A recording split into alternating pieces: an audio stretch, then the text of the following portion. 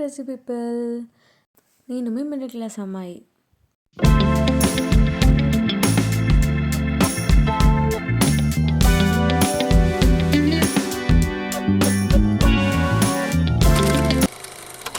అందరూ ఎలా ఉన్నారు?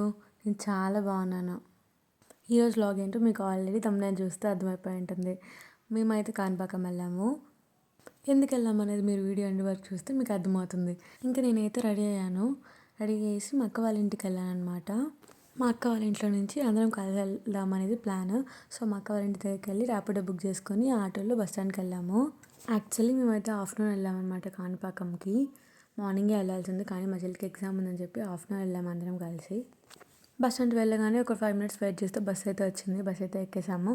తిరుపతి నుంచి కాణిపాకంకి 2 hours అనమాట జర్నీ. సో జర్నీ అయితే సూపర్గా ఉంది, ఎందుకంటే క్లైమేట్ చాలా బాగుంది. వర్షం కూడా పడుతుంది అనమాట తిరుపతిలో. సో విండో నుంచి చూస్తే వ్యూ చాలా బాగుంది. అలా ఆస్వాదిస్తూ 2 hours ఎలా వెళ్ళిపోయిందో తెలీదు, అలానే అయిపోయిందనమాట. తర్వాత 2 hours తర్వాత మేమైతే కాణిపాకం చేరుకున్నాము. మేము బస్సులో ఉన్నంతసేపు వర్షం అయితే పడలేం. మేము కాణిపాకంలో దిగగానే వర్షం స్టార్ట్ అయిందనమాట. తుంప స్టార్ట్ అయింది. Anyways we're in the Kanipakam guys. నేనైతే ఫుల్ ఎగ్జైటెడ్ ఉన్నా. ఎందుకు అంటే నేను చిన్నగా ఉన్నప్పుడు ఎప్పుడో కాణిపాకంకి వెళ్ళాను, తర్వాత ఎప్పుడు వెళ్తున్నాను కాణిపాకంకి.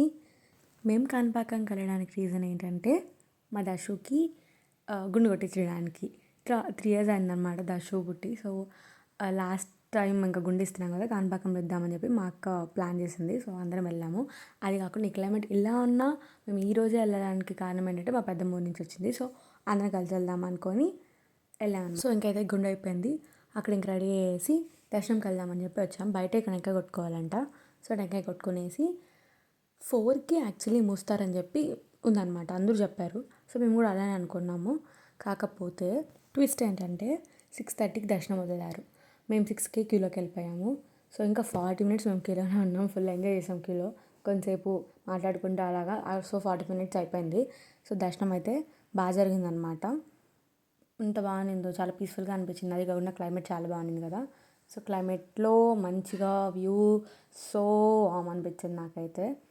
మీరు ఎంతమందికి కాణిపాకం తెలుసు నాకు కమెంట్ చేయండి. ఆల్మోస్ట్ అందరికీ తెలిసి ఉంటుంది Kanipakam. It's a tourism place కాబట్టి. ఇక్కడ చుట్టుపక్కల అయితే కాణిపాకం వినాయకుడిని చాలా బాగా నమ్ముతారు. ఎందుకంటే కాణిపాకంలోని వినాయకుడు స్టాచ్యూ అని చెప్పి నమ్ముతారు.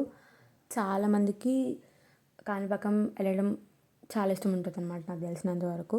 ఇంకా కాణిపాకం వెళ్ళాక లడ్డు తీసుకోకుండా ఉంటామా, లడ్డు తీసుకునేసి హ్యాపీగా అక్కడ చూసుకునేసి రిటర్న్ అయిపోయాము. మేము ఇంటికి వచ్చేసరికి 10 అయిపోయింది. Finally we reached home. See you in the next video guys.